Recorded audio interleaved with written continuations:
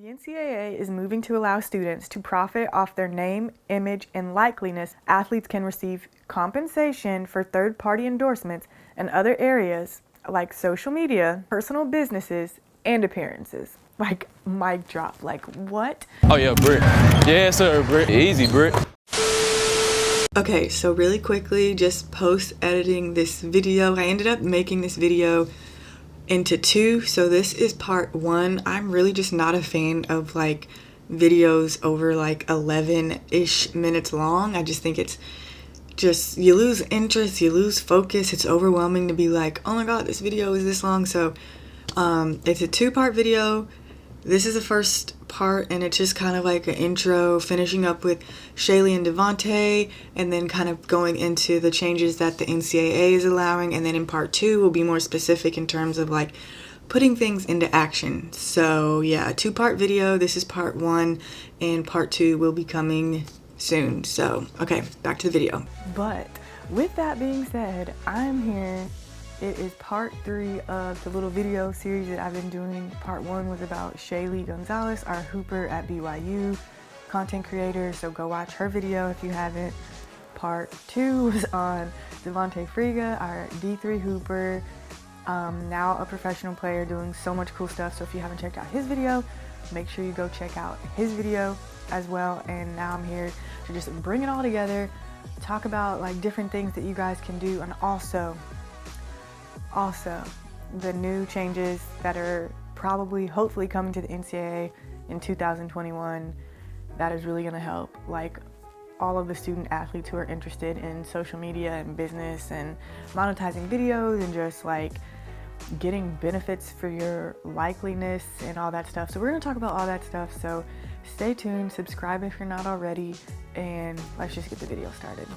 Alright, so I have my handy dandy little notebook here with all of my notes in it, and I feel really weird because I'm normally sitting down when I'm making videos and I'm standing, so like if I'm like swaying, it's because I'm like standing, so I'm sorry. So obviously in our first two videos, I introduced you guys to both Shaylee and D'Vontay, basketball players who are content creators who have just grown these huge, massive audiences on social media. So the thing that really separates them from what they're doing is just the exclusive content. And I think that's something that is just really cool to see, things that they are showing that not your average person gets to see, you know, being in the locker room and how the teams travel and doing the gear hauls. And Shaylee's most popular video is Day in the Life of a D1 Student Athlete, which is a great title. It's really searchable, and it has almost 1 million views. It has 997,000 views.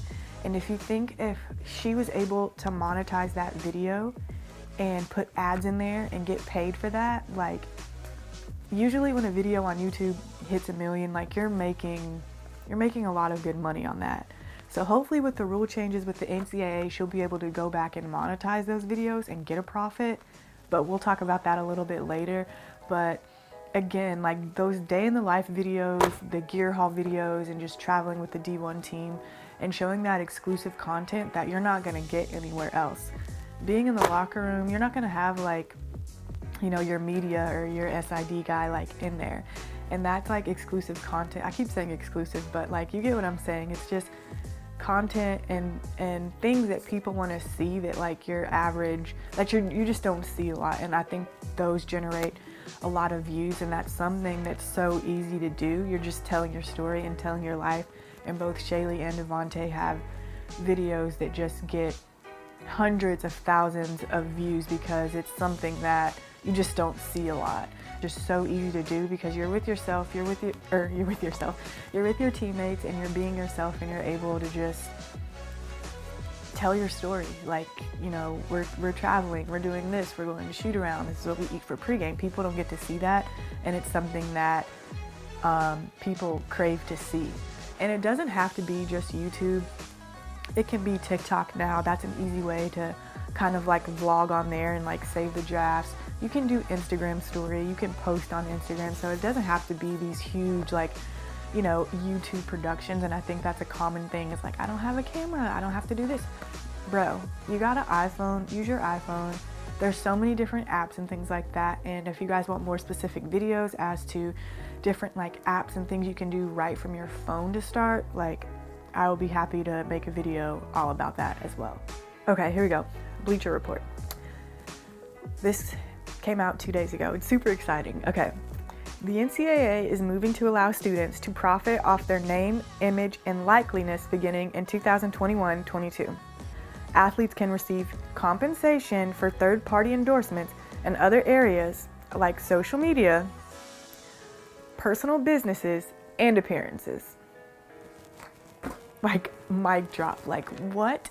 Like, where was this when I was a D1 basketball player? Like, I'm thinking of all the times I had to go, like, speak, like, seeing my name and, like, face, not my name, but, like, my face all over downtown Atlanta, and just, like, I really think this is happening because of all of the players that are going to the G League and the NCAA losing out on making all this money off these top players, and it's time they kind of like keep up because so many of the top basketball players are going to the G League and one and done and things like that. So I think they're trying to just kind of like keep up with that, and I think it's great. What that means is, like I said before, if you have a video on YouTube with, you know, millions, hundreds of thousands of views, you'll be able to put ads in there. You'll be able to work with different brands and things like that. You'll be able to make merch for your audience and your followers and fans and everything like that, and be able to get the money. But I think there's also a common misconception, like, I think people are like, oh my God, I'm a college athlete, I'm gonna get paid now. Like, there is a huge difference between, for example, being Trevor Lawrence, the quarterback at Clemson, and playing football at Eastern Washington. That's kind of like the example that I saw in the comments on Instagram. And that is true. Like, if you are, you know, an athlete at a smaller school with less resources, you know, maybe your name is not well known, you're not gonna just like get a whole bunch of money and endorsements and deals like that. But if you are at a smaller school and you have a brand and you have grown an audience and you have followers and you have a YouTube, or you're making TikToks, whatever it is, you know, maybe you're gonna have brand deals, maybe you're gonna be able to monetize those videos and things like that. So it does benefit all athletes. But if you are, you know, at a smaller D1 school, for example, as opposed to being Trevor Lawrence at Clemson, it's gonna be a little bit harder if you don't have that brand, if you don't have the views and the followers and things like that. Okay, so another example is just like the impact that 𝗙cie 𝗹𝗹𝚝 had the past couple of seasons from Oregon women's basketball. And they finally came out with an Oregon jersey with her number on it, not her name, but her number, but we all know who number 20 is for Oregon. And those jerseys sold out in a day. Like within hours, like from Nike.com, from the Oregon books, like I still have not been able to get a 𝗙cie 𝗹𝗃𝚝 jersey. And now, you know, with that rule in place, 𝗙cie would be able to profit off of that Oregon number 20 jersey. So moving into my next point, that's why if this is something that you want to do, like you don't need to wait. Your level of influence, as it states in Jeremy Darlow's book, Athletes Are Brand 2, by the time you're like a junior in high school, like your athletic career is like, it's on the way down. You know what I mean? So you really need to start thinking about it now and not waiting. Because you're not always gonna be like the cool, popular athlete, right? So basically you want your personal influence to keep going up as your athletic influence is going down. You know, you're always gonna have like your personal influence over people.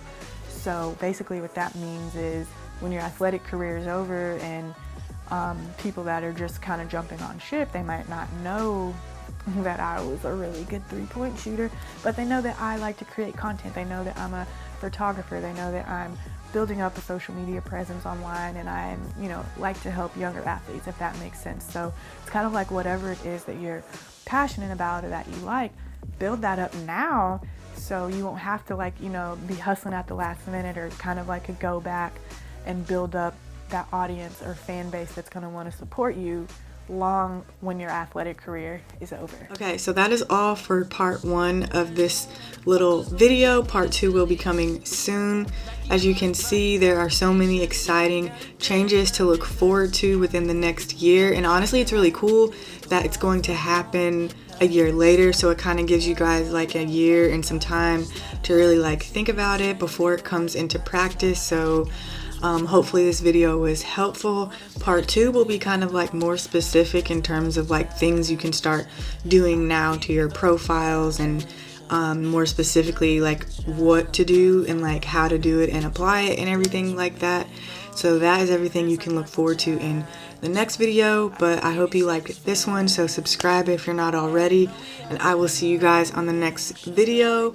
Stay safe, and thank you guys so much, and I will see you next time. Bye. Basically, I'm saying either way, we bout to slide. Can't let this one slide. 2,000 shorties wanna tie the knot. 200 shooters on my brother's block.